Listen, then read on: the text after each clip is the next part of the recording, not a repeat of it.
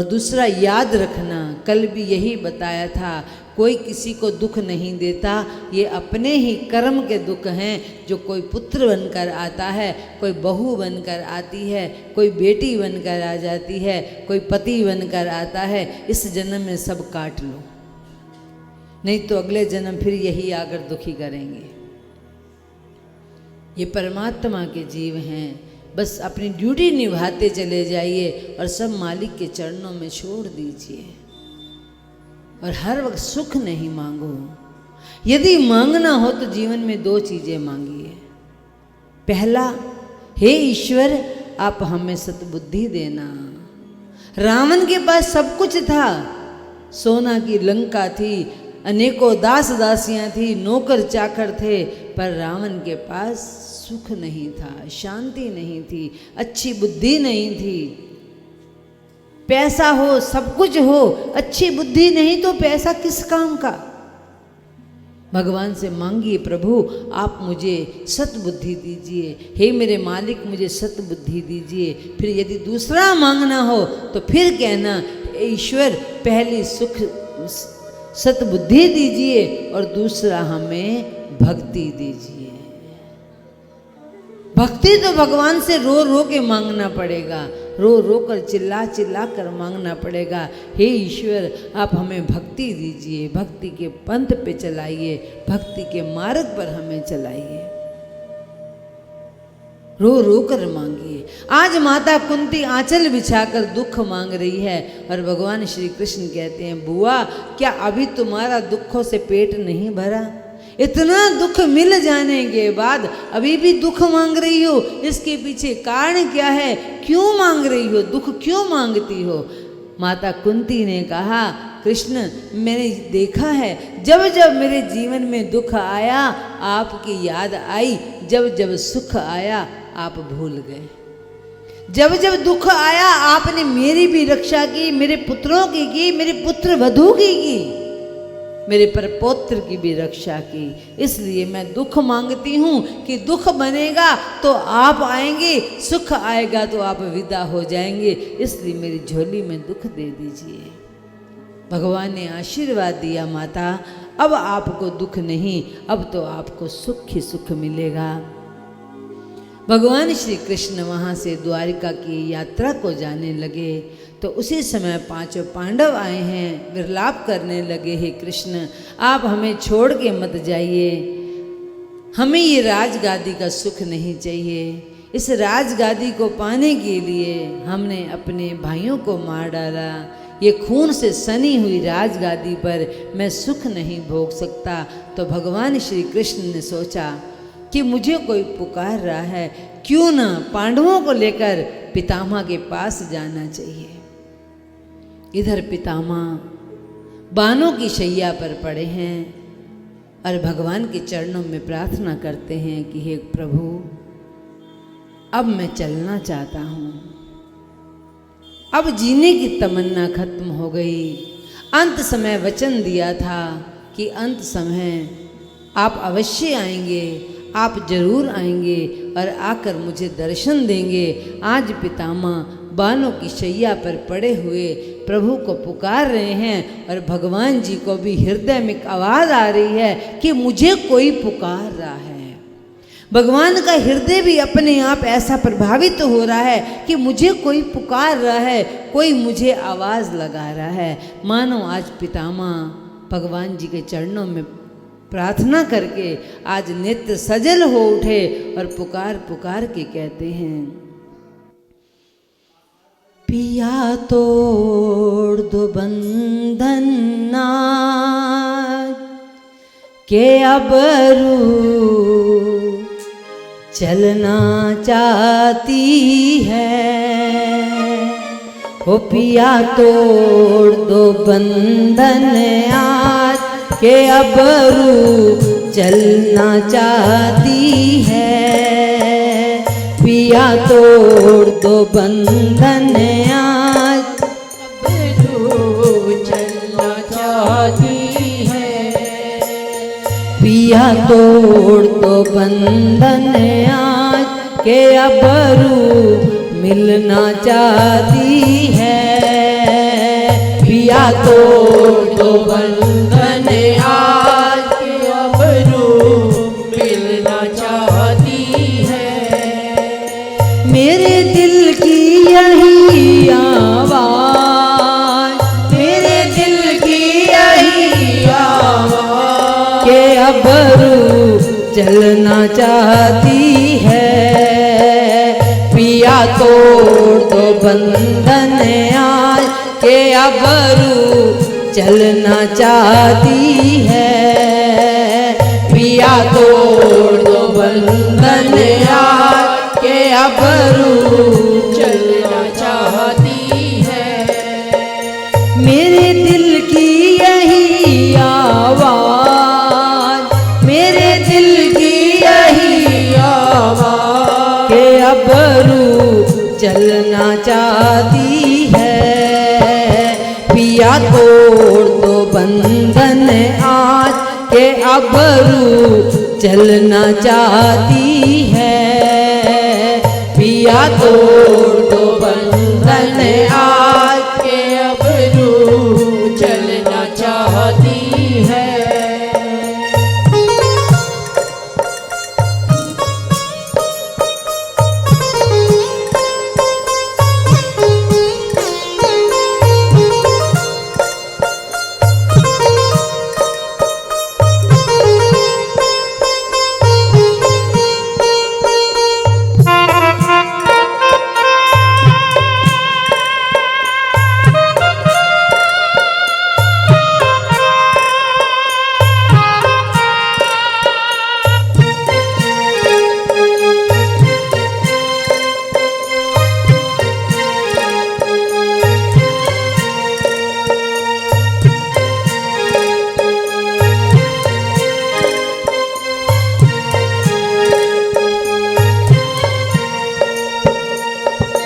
आस उम्मीद तुमसे है रखी, मुझ में नहीं है कुछ भी तेरा, मुझ में नहीं है कुछ भी तेरा, मुझ में नहीं है कुछ भी तेरा।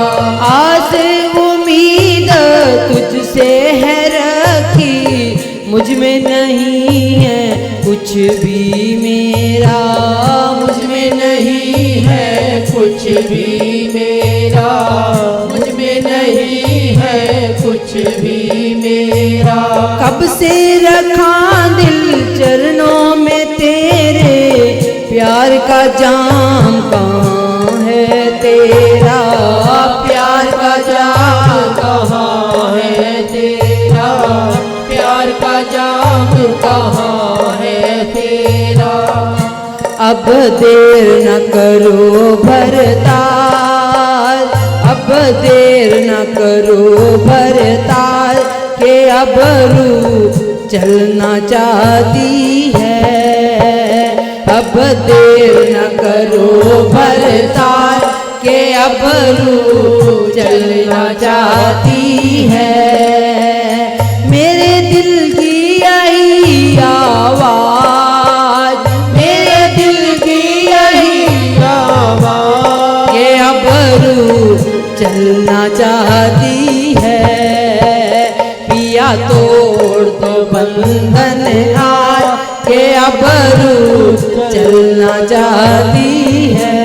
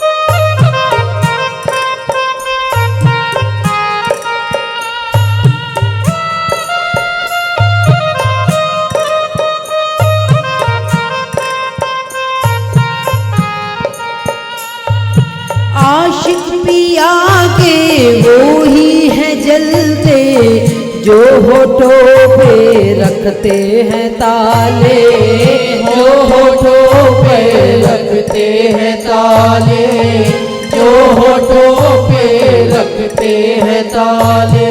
आशिक पिया के वो ही है जलते, जो होठों पर रखते हैं ताले, जो होठों पर रखते हैं ताले, जो होठों पर रखते हैं ताले। आई लहर वो मस्ती भरी, फिर दिल संभले ना लाख संभाले, दिल संभले ना लाख संभाले, दिल संभले ना लाख संभाले। मेरे बस में नहीं जज्बात, मेरे बस में नहीं जज्बात के अबरू चलना चाहती है, मेरे बस में नहीं जज्बात के अबरू चलना चाहती है। मेरे दिल की यही आवाज, मेरे दिल की यही आवाज के अबरू मिलना चाहती है। पिया तोड़ तो बंधन आज, पिया तोड़ तो बंधन आज के अबरू चलना चाहती है। पिया तोड़ बंधन आज के अबरू चलना चाहती है।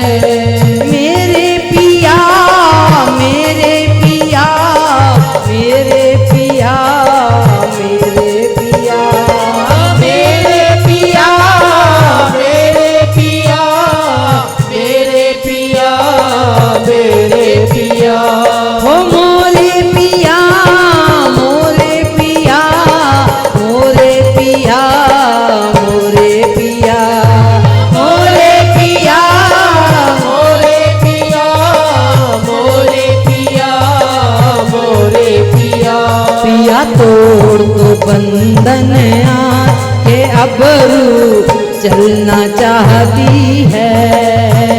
पिया तोड़ बंधन आज के अबरू चलना चाहती है। मेरे दिल की यही आवाज, मेरे दिल की यही आवाज के अबरू मिलना चाहती है। पिया तोड़ बंधन आज के अबरू चलना चाहती है। पिया तोड़ बंधन आज के अबरू चलना चाहती है। मेरे पिया, मेरे पिया, मेरे पिया, मेरे पिया, मेरे पिया, मेरे पिया, मेरे पिया, मेरे पिया।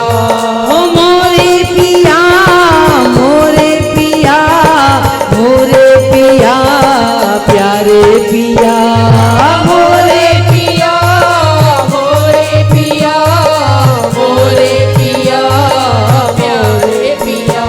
ओ दीन बंधु दीनानाथ, मेरी डोरी तेरे हाथ, दीन बंधु दीनानाथ, मेरी डोरी तेरे ओ हाथ, दीन बंधु दीनानाथ, मेरी डोरी तेरे हाथ, दीन बंधु दीनानाथ, मेरी डोरी तेरे हाथ। मेरी डोरी तेरे हाथ, दीना बंधु दीनानाथ, मेरी डोर तेरे हाथ, दीना बंधु दीनानाथ, दीन बंधु दीनानाथ, मेरी डोरी तेरे हाथ, दीन बंधु दीनानाथ, मेरी डोरी तेरे ओ हाथ, दीन बंधु दीनानाथ, मेरी डोरी तेरे हाथ, दीन बंधु दीनानाथ, मेरी डोरी तेरे ओ हाथ, दीन बंधु दीनानाथ, मेरी डोरी तेरे ओ हाथ, दीन बंधु दीनानाथ, मेरी डोरी तेरे ओ हाथ, दीन बंधु दीनानाथ, मेरी डोरी तेरे हाथ, दीन बंधु दीनानाथ, मेरी डोरी तेरे हाथ, दीन बंधु दीनानाथ, मेरी डोरी तेरे हाथ, ओ दीन बंधु दीनानाथ, मेरी डोरी तेरे हाथ, दीन बंधु दीनानाथ, मेरी डोरी तेरे हाथ, दीन बंधु दीनानाथ।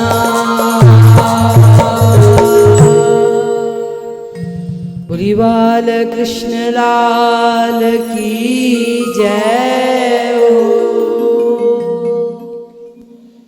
पितामह बानों की शैया पर पड़े भगवान को पुकार रहे हैं और भगवान वहाँ उसी समय हैं। पांचों पांडव पुत्र संग में माता कुंती माता द्रौपदी को लेकर भीष्म पितामह के सन्मुख आए हैं। एक ओर पांचों पांडव खड़े हैं और दूसरी ओर भीष्म पितामह की दूसरी ओर भगवान श्री कृष्ण। पांडव विलाप करने लगे। महाराज भीष्म पितामह ने बहुत दिव्य ज्ञान दिया। कहा देखो पांडव पुत्र, तुमने सदा भगवान कृष्ण का संग किया है, तुम कभी किसी के साथ कुछ गलत नहीं कर सकते। और तुम्हारे मन में जो ये ग्लानि है कि हमने कौरवों को मार डाला, नहीं, ये तो किसी न किसी बहाने काल जब भी आता है कोई ना कोई बहाना लेकर बैठता है, कोई ना कोई निमित्त बनता है, किसी न किसी साधन के द्वारा जीव की मृत्यु होती है, क्योंकि वो अपने पर तो कभी लेगा ही नहीं। कोई ना कोई कारण बनता है और जीव दुनिया से चला जाता है। और क्योंकि हम सब चलने के लिए आए हैं, यहाँ बैठने के लिए नहीं आए। आज तक कोई बैठा ही नहीं।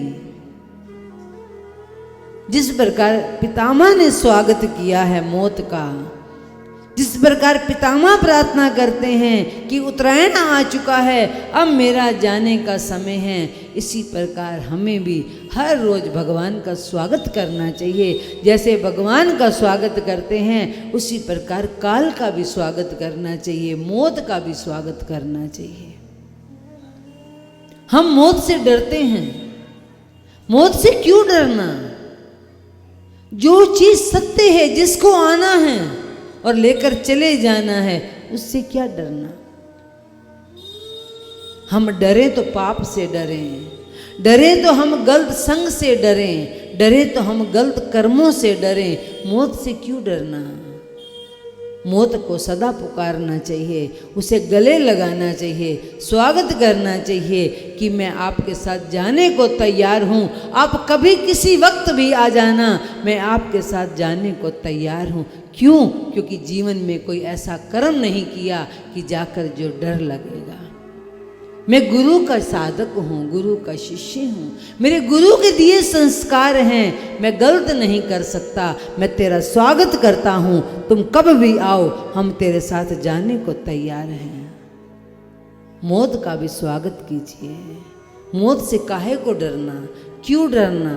वही डरते हैं जो निंदकीय कर्म करते हैं।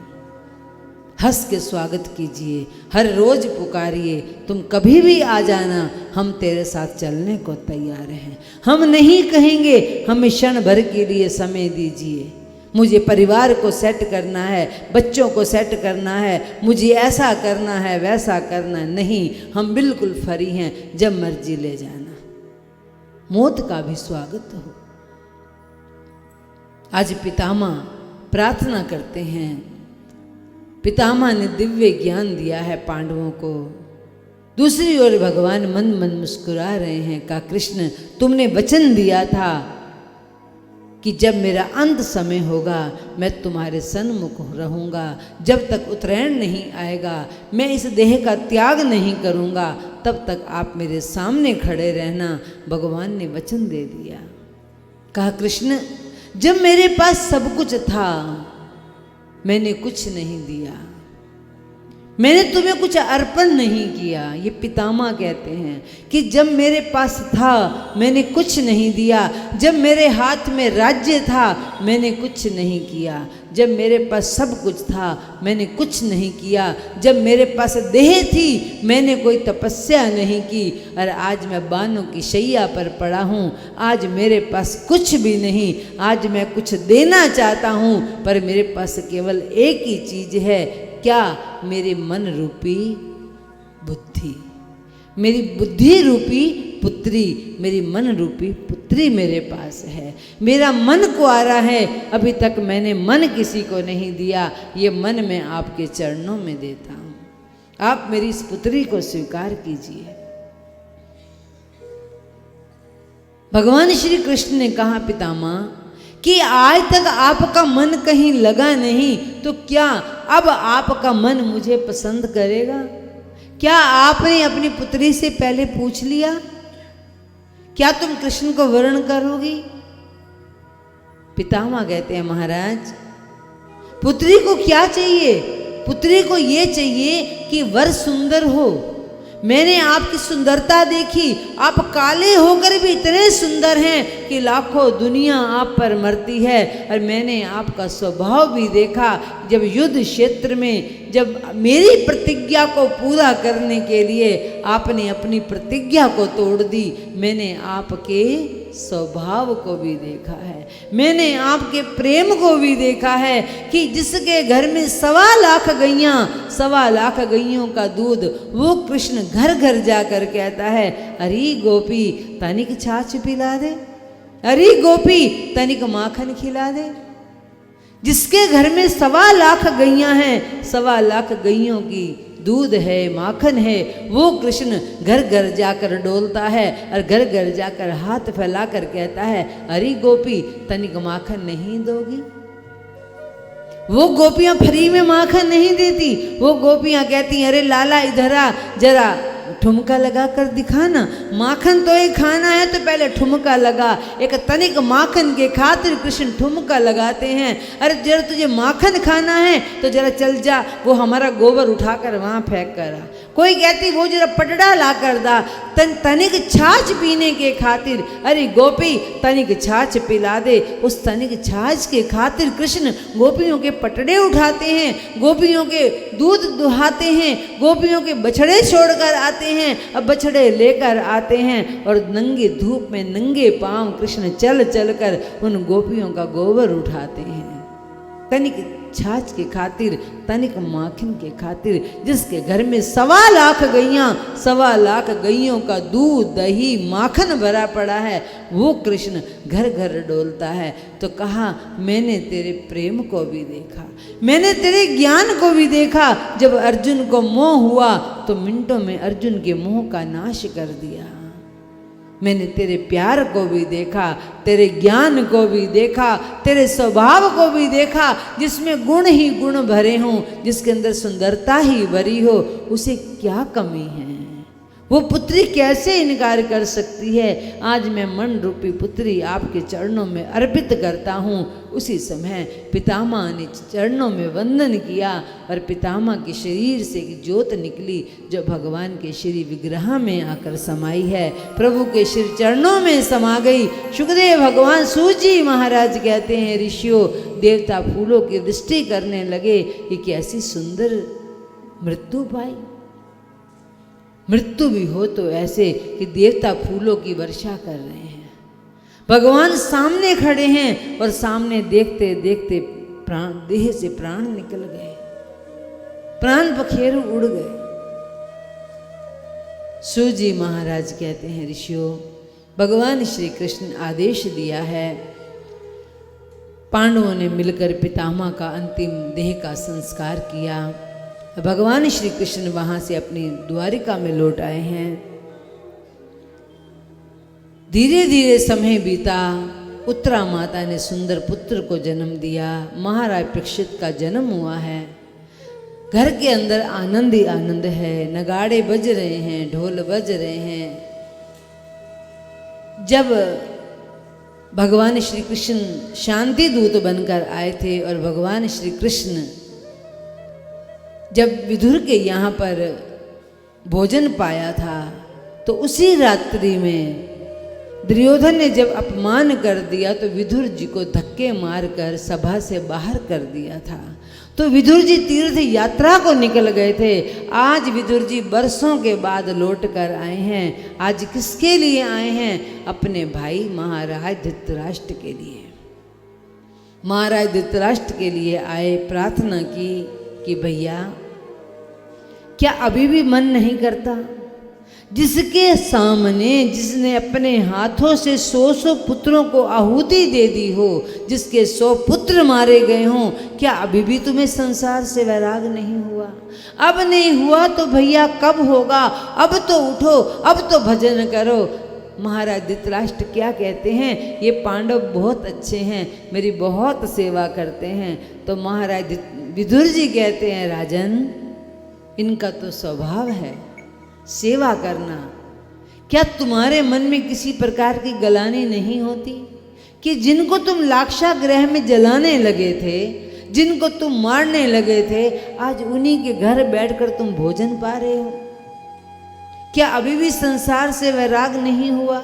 अब तो आपको संसार से वैराग लेकर भजन करना चाहिए, उद्धार करना चाहिए। तो महाराज धृतराष्ट्र क्या कहते हैं कि मैं कैसे छोड़ के जाऊं, मैं आंखों से अंधा हूं। अंधे का मतलब अज्ञानता, अंधे का मतलब है आसक्ति।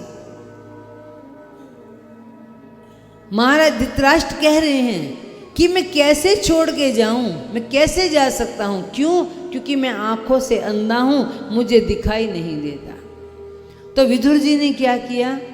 विदुर जी महाराज कहते हैं, भैया आप मेरे साथ चलिए, मैं आपकी सेवा करूंगा, मैं आपका हाथ पकड़कर आपको तीर्थ यात्रा पर लेकर जाऊंगा, मैं आपको बताऊंगा मुक्ति का रास्ता, मैं आपको बताऊंगा, मैं आपको साधन बताऊंगा। आप चलिए, आप इस घर से निकलिए, आप थोड़ा त्याग कीजिए।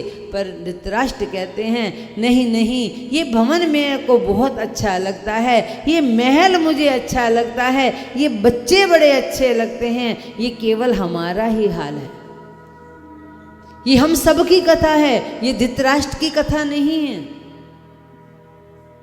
कई बार लोग कहते हैं चलो तीर्थ यात्रा में चलें, अरे कैसे जाएं, पीछे बहू क्या करेगी, कैसे संभालेगी? परंतु संत कहते हैं एक बार तुम बहुओं को चाबियां देकर तो दिखाओ, तुम्हारे से बढ़िया घर संभालेंगी। हमारी आसक्ति है, मोह है, हम छोड़ना नहीं चाहते, चाबियां देना नहीं चाहते। ये नहीं पता कि एक दिन रात को हवा निकल जाएगी और देह मृत बन जाएगा और चाबी धरी की धरी रह जाएगी, सब पड़ा का पड़ा रहेगा, काल आएगा लेकर चला जाएगा, फिर क्या करोगे? अरे जीते जी सब छोड़ देना चाहिए। किससे मोह करना, क्या आसक्ति करनी? क्या कभी किसी को पता है, कोई ऐसा व्यक्ति आकर कह दे कि मैं जानता हूं कि मेरी मृत्यु कब आएगी? इतनी पावर नहीं है अभी किसी में कि किसी की मौत के बारे में कोई जान ले, इसलिए पहले छोड़ देना चाहिए। कई बार तो बेचारी माताएं कहती हैं, बहन जी आप चलो ना, हम आपका बैग उठाएंगे, हम आपको नहलाने के लिए भी ले जाएंगे, आपके कपड़े भी लगाएंगे, हाथ पकड़ कर ले जाएंगे, बस पे बिठाएंगे, फिर बस से भी नीचे उतारेंगे, आपको दर्शन भी कराएंगे। पर लेकिन अंदर का मोह कहता है चल ही तो जाऊं, पर मेरे साथ जाया नहीं जाता। और पीछे से मेरा पोता रोता है, वो रोटी नहीं खाता। जब तुम दुनिया से चले जाओगे ऊपर से रोटी खिलाने आना। फिर ये सिर्फ हमारे अंदर मोह है और कुछ नहीं है। एक बार 1 महीने के लिए निकल कर देखना, कभी पीछे से पोता फोन भी कर देगा तो बात है। एक बार छोड़ कर देखिए, निकल कर देखिए एक बार, और कहेंगे अच्छा भला यहाँ से कुछ दिन के लिए गए, घर में शांति तो हुई। हम छोड़ना ही नहीं चाहते। हम क्या कहते हैं, मेरा मेरा घर मेरा, कैसे छोड़ दूं? अरे बुढ़ापे में भी नहीं छोड़ेंगे तो फिर कब छोड़ेंगे?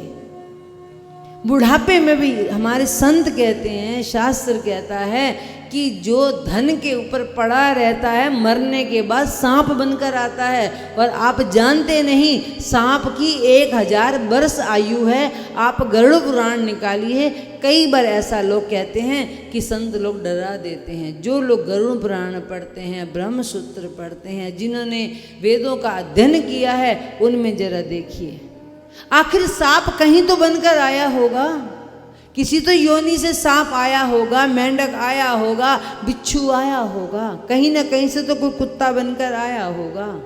ये सारे हम ही लोग हैं, ये हमारे दादा परदादा जो चले गए हैं, ये वही घूम घाम कर सब आ रहे हैं। ये सृष्टि वही की वही है, बस चोला बदला है। बस आज अपने लाल सूट पहना है तो कल पीला पहन लोगे, ये चोला बदला है। जाना तो पड़ेगा, क्यों नहीं हम आसानी से छोड़ देते? क्यों चिपका कर बैठे हैं? क्यों उसे पकड़ कर बैठ गए हैं? क्यों नहीं अपने बारे में सोचते कि हमारा क्या होगा, क्या होगा हमारा, कौन पार लगाएगा हमें? हम सोचे कि वहां आकर बच्चे बचाएंगे, नहीं। हम सोचे वहां आकर कोई और रिश्तेदार बचाएगा, नहीं। वहां पर अपना किया हुआ कर्म, अपने ही कर्म वहां पर उनका भुगतान करना पड़ेगा। अपने किए हुए कर्मों का दंड ही भोगना पड़ेगा। हम झूठ बोलकर, चालाकियां करके, सब कुछ करके महल खड़े कर देते हैं, परंतु उसके बाद भुगतान तो अपने को करना पड़ेगा, किसी दूसरे के लिए नहीं। कोई नहीं करेगा। खुद बोएंगे, खुद काटना पड़ेगा। बोए हम और काटे कोई और, ऐसा नहीं हो सकता, ऐसा नहीं हो सकता। इसलिए संत कहते हैं हम धृतराष्ट्र की तरह हैं, मोही ना बन जाएं, इतने आसक्ति ना बन जाए हमारे अंदर, हम इतने आसक्त ना हो जाएं कि एक व्यक्ति के साथ गूंद की तरह चिपक जाएं। चिपकना है तो भगवान के चरणों में चिपक जाइए, किसी संतों के चरणों में आकर चिपक जाइए, जो आपको पार लेकर जाएगा। संसार से काहे को मोह करना, संसार से क्यों आसक्ति करनी? जो संसार अपना है नहीं, जो संसार नाशवान है, जिसे छोड़कर चले जाना है, उसके साथ बंधन क्यों करना, उसके साथ क्यों बंध जाना? किसी दिन देख लेना तुझको ऐसी नींद आएगी, किसी दिन देख लेना तुझको ऐसी नींद आएगी, किसी दिन देख लेना तुझको ऐसी नींद आएगी, किसी दिन देख लेना तुझको ऐसी नींद आएगी, किसी दिन देख लेना तुझको ऐसी नींद आएगी। तू सोया फिर न जागेगा, तू सोया फिर न जागेगा, तुझे दुनिया जगाएगी, तू सोया फिर न जागेगा, तुझे दुनिया जगाएगी, किसी दिन देख लेना तुझको ऐसी नींद आएगी, किसी दिन देख लेना तुझको ऐसी नींद आएगी।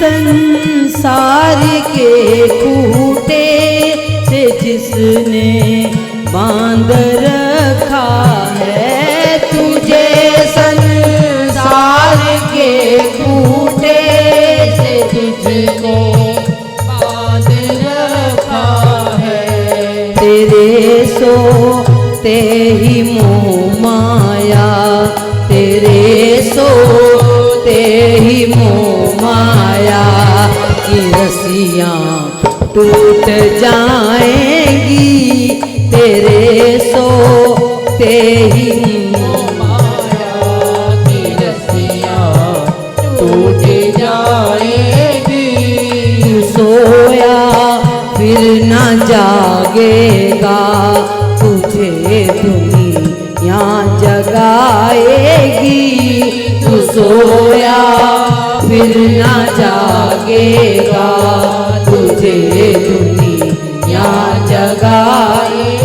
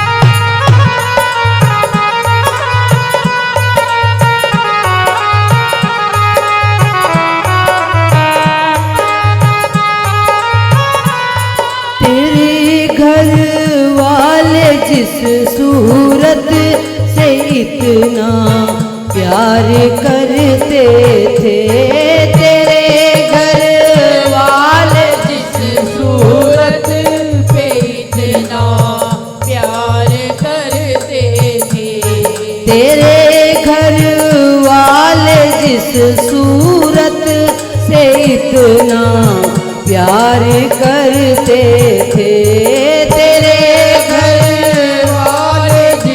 सूरत पे इतना प्यार करते थे, वही सूरत भूत बनकर, वही सूरत भूत बनकर तुझे सपनों में डराएगी। वही सूरत भूत बनकर तुझे सपनों में डराएगी।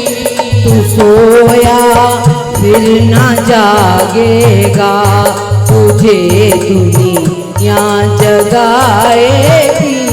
तू सोया फिर न जागेगा, तुझे दुनिया जगाएगी।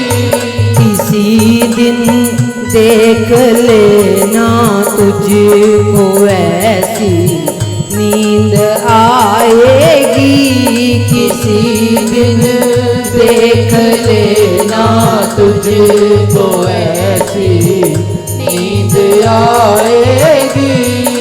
सोया फिर न जागेगा, तुझे दुनिया जगाएगी।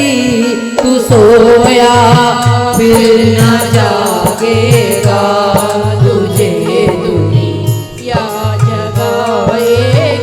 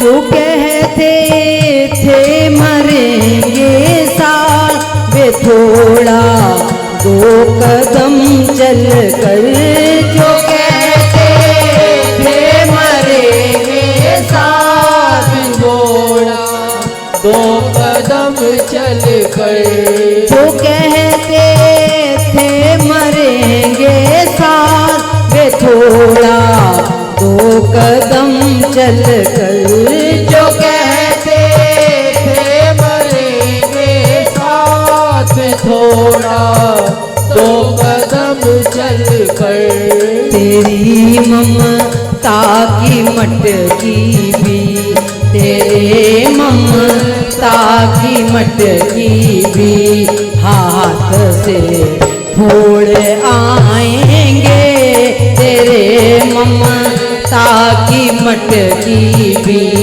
हाथ से फोड़ आएंगे। तू सोया फिर न जागेगा, तुझे दुनिया जगाएगी। तू सोया फिर न जागेगा, तुझे दुनिया जगाएगी।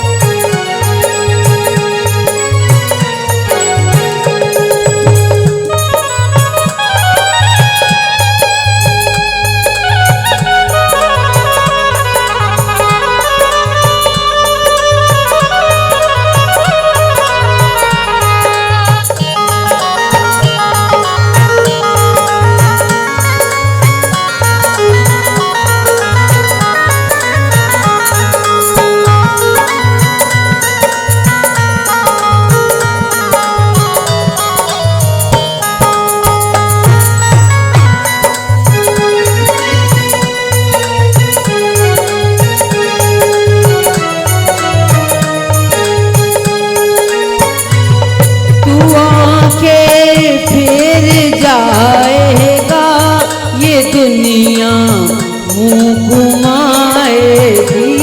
तू आके मेल जाएगा, ये दुनिया मुँह घुमाएगी। तू आके फिर जाएगा, ये दुनिया मुख घुमाएगी।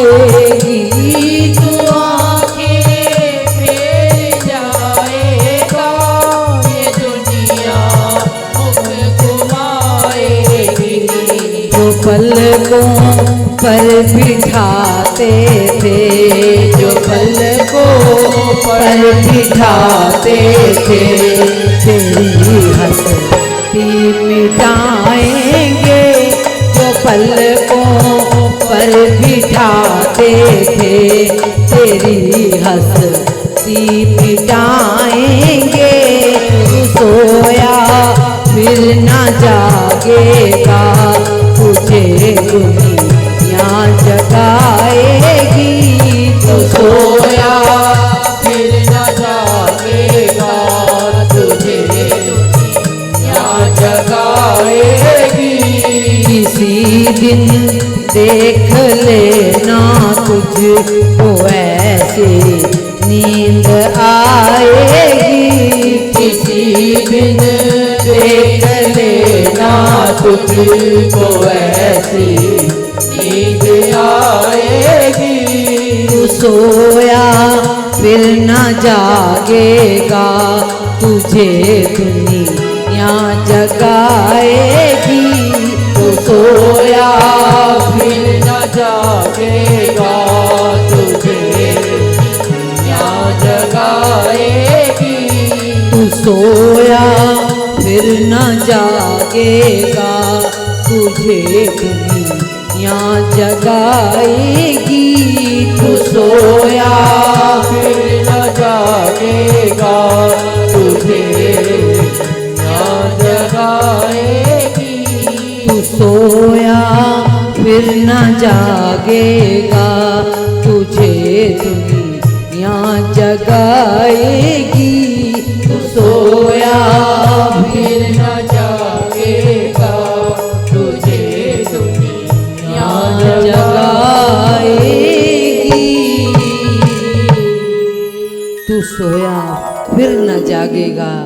तुझे दुनिया जगाएगी।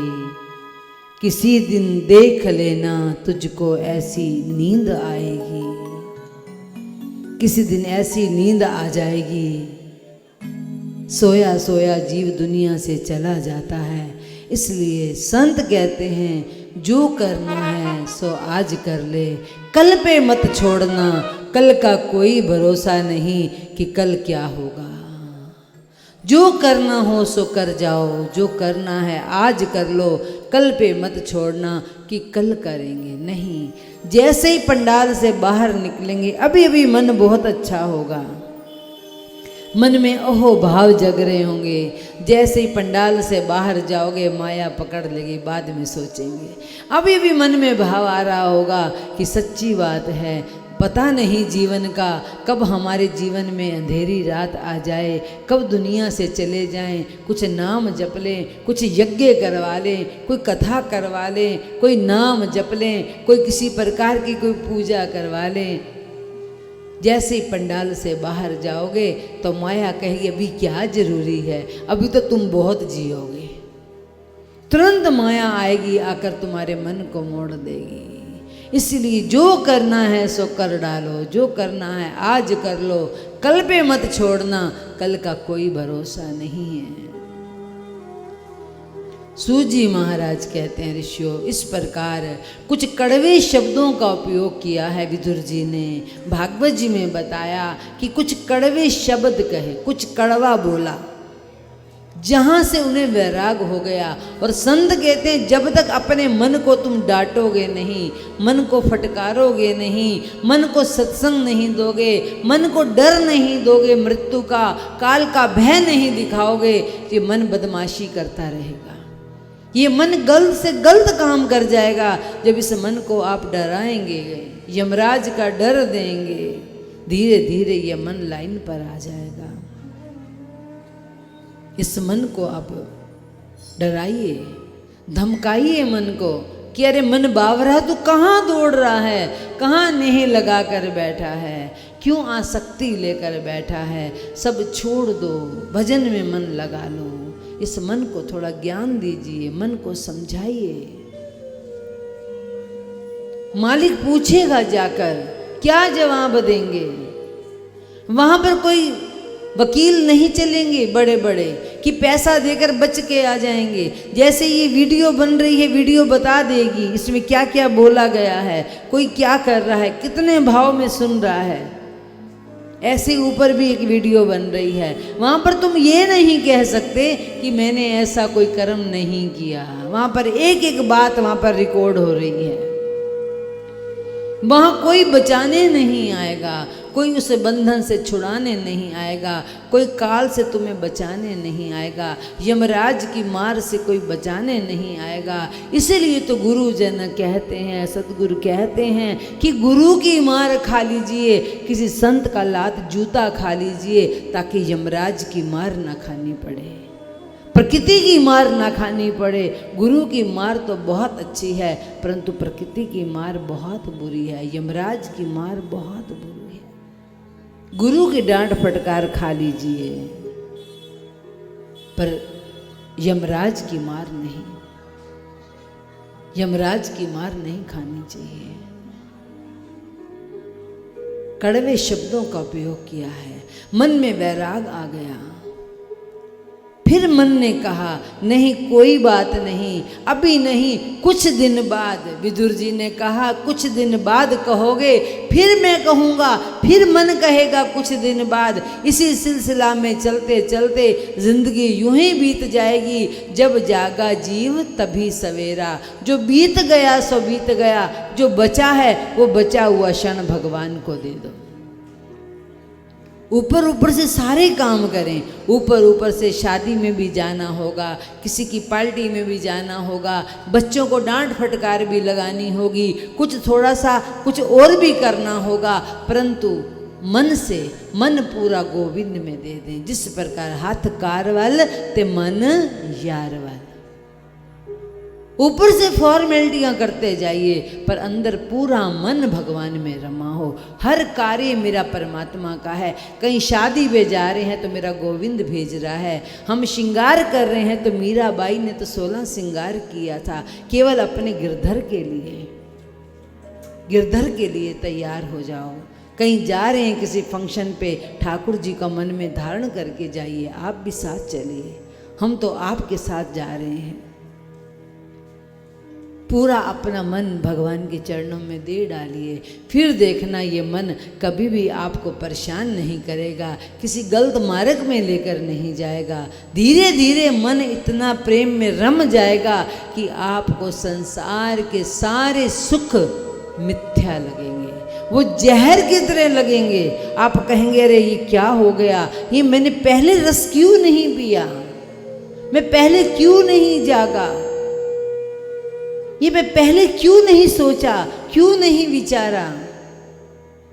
परंतु संत कहते हैं अब जो बीत गया, बीता हुआ क्षण लौट कर नहीं आएगा, परंतु जो हमारे पास बचा है वो बचा हुआ क्षण हम भगवान के चरणों में लगा दें ताकि हमारा कल्याण हो। इसी प्रकार विदुर जी ने दिव्य ज्ञान दिया और धृतराष्ट्र ने कहा ठीक है विदुर जी, सुबह प्रातः काल अंधेरा था, ब्रह्म मुहूर्त की बेला, आगे आगे विदुर जी हैं, पीछे पीछे महाराज धृतराष्ट्र का हाथ पकड़ा है गंधारी ने। विदुर जी लेकर हरिद्वार सब सरोवर पर आए, कुछ दिव्य ज्ञान दिया है, कुछ ध्यान की विधियां बताई कि महाराज आप इस प्रकार ध्यान करिए। कहा महाराज यदि आप छोड़कर आ ही गए हैं तो आप पूरा पूरा मन भगवान के चरणों में लगा दीजिए, आपका अवश्य कल्याण होगा। इस प्रकार विदुर और इस प्रकार महाराज धृतराष्ट्र और गंधारी दोनों ने अपना मन भगवान के चरणों में जोड़ दिया। इधर सुबह प्रातः काल महाराज युधिष्ठिर हर रोज अपने माता पिता को प्रणाम करने के लिए आते थे। उसे कहते हैं सुपूत। यहाँ पर 3 प्रकार के पुत्र बताए हैं। एक होता है पुत्र, एक होता है सुपुत्र और एक होता है कुपुत्र। सुपुत्र किसे कहते हैं? सुपुत्र वो है जो ये कहेगा माँ अब आपने बहुत सेवा कर ली, आपने हमें पाल कर 25 वर्ष बड़ा कर दिया है, अब आप खूब भजन करिए, अब आपकी कोई टेंशन नहीं है, कोई जिम्मेदारी नहीं है, हमसे जितनी होगी हम आपकी सेवा करेंगे, आप अपना मन भजन में लगा दीजिए, आप तीर्थ यात्रा करिए, हम आपकी जहाँ कहेंगे वहाँ व्यवस्था करेंगे, आप भजन में मन लगा दीजिए। उसे कहते हैं सुपुत्र। एक है पुत्र जो कहेगा क्या करोगे जाकर, ये पीछे से बच्चा कौन संभालेगा, हम ड्यूटी पर जा रहे हैं, ये मेरे बच्चे को कौन संभालेगा, वो स्वार्थ का पुत्र है। और यहाँ बाबा गोस्वामी तुलसीदास जी ने कहा सुर नर मुनि सब की यह प्रीति, स्वार्थ लाग करे सब प्रीति।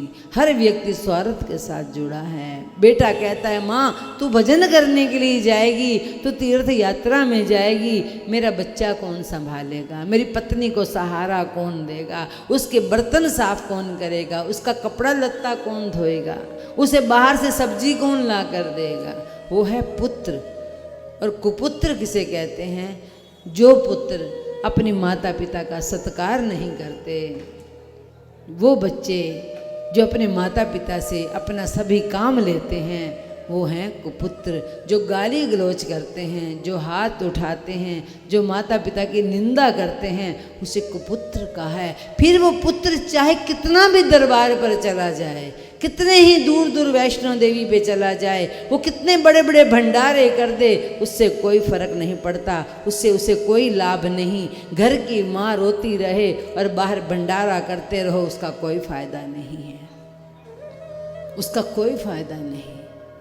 जिसने अपनी माँ को सत्य सत्कार नहीं किया, जिसने माँ की खुशी के लिए अपनी खुशियों को नहीं मिलाया, उसे पुत्र नहीं कहा, उसे कुपुत्र कहा है। वो कुपुत्र है क्योंकि माता तो सदा माता होती है। बेटा कैसा भी हो, माँ की फिर अंदर से ममता बोल जाती है। माँ फिर कहती कोई बात नहीं, जैसा है सुखी रहे। कितना बड़ा विशाल हृदय माँ का होता है। सूजी महाराज कहते हैं युधिष्ठिर, महाराज युधिष्ठिर आए, रुदन करने लगे और देवर्षि नारद जी आए और नारद जी ने कहा, मैं जानना चाहता हूं आप कौन से पुत्र हैं। यदि आप अच्छे पुत्र हैं, आप सुपुत्र हैं, तो अपने माता पिता के लिए कुछ करना चाहते हैं तो उनके लिए कोई अच्छी सी कुटिया बनवा दो, वहाँ पे कोई साधन कर दो ताकि जिससे वो आराम से भजन कर सकें। भजन करते करते अपना कल्याण कर लें। वो आज के 5 दिन बाद तुम्हारे माता पिता शरीर छोड़ देंगे। हे राजन, आप उनकी चिंता कर रहे हैं, सत्य है, पर आप भी अपनी चिंता करिए, क्योंकि आपके सर पे भी काल खड़ा है। अब आप भी दुनिया से जाने वाले हैं, और जिसने अपना कल्याण नहीं किया उसने दुनिया में कुछ भी नहीं किया। मैं तुम्हें बताकर जा रहा हूं कि जो भगवान श्री कृष्ण इस धरती पर आए हैं वो भी इस धरती से जाने वाले हैं। फिर आप और हम क्या हैं। जैसे ही नारद जी विदा हुए, अर्जुन बहुत समय से द्वारिका में जा चुके थे और द्वारिका से जब लौट कर आए तो ऐसी स्थिति नहीं थी कि अर्जुन कुछ बोल पाते। महाराज युधिष्ठिर ने पूछा, अर्जुन क्या तेरे हाथों से कोई पाप हो गया? क्या तुमने कोई निंदकीय कार्य किया है? क्या तुमने किसी का सम्मान नहीं किया? क्या तुम्हारे हाथों से किसी संत का अपमान हो गया है? ये तुम्हारी दशा को देखकर मेरा हृदय कांप रहा है। बताओ अर्जुन, ऐसा क्या हुआ है? अर्जुन कुछ बोल नहीं पा रहे, आंखों से अश्रुपात्र हो रहा है। इतने में याद आ गया, अरे अर्जुन, अभी अभी नारद जी सूचना देकर गए हैं कि जो भगवान इस धरती पर अवतार लेकर आए हैं उनका भी समय होने वाला है। क्या भगवान छोड़कर तो नहीं चले गए? फूट फूट कर रो पड़े। कहा कुछ कबीले के लोगों ने रास्ते में बचे हुए स्त्री पुरुषों को लूट लिया है। ये मेरे पास यही गांडीव था, यही धनुष था। हमें आज तक यही लगा कि हमने महाभारत के युद्ध को जीता है। नहीं, इसको जिताने के लिए तो भगवान श्री कृष्ण का हाथ था, उनकी कृपा थी। हम कुछ नहीं थे, करने वाले भगवान थे, पर हम यही सोचते रहे ये हमारे मामा के पुत्र हैं, मामा के पुत्र हैं, मामा के पुत्र हैं। फूट फूट कर रो पड़े। जैसे कुंती बुआ ने सुना, हाय कृष्ण कृष्ण करते करते प्राण त्याग दिए। सूजी महाराज कहते हैं, ऋषियों, उसी समय द्रौपदी भी दौड़ कर आई है। 5 पांडवों ने अपने राजसी वस्त्र उतारे, वल्कल वस्त्र धारण किए हैं। महाराज परीक्षित युवा हो चुके थे। महाराज परीक्षित को राजगादी सौंप दी और 5 पांडवों के संग माता द्रौपदी उत्तराखंड की ओर निकल गए। स्वर्ग के रास्ते से गए हैं। एक एक करके 5 ने प्राण त्याग दिया। माता द्रौपदी का भी देह गिर गया। सूजी महाराज कहते हैं, ऋषियों, इस प्रकार महाराज परीक्षित बहुत अच्छे राजा हुए, बहुत विद्वान राजा हुए। राजा परीक्षित के जीवन में निरंतर सत्संग रहा, निरंतर सत्संग। वो छोटी बाल अवस्था में थे तो माता उत्तरा ने दिव्य संस्कार दिए थे, बहुत दिव्य संस्कार।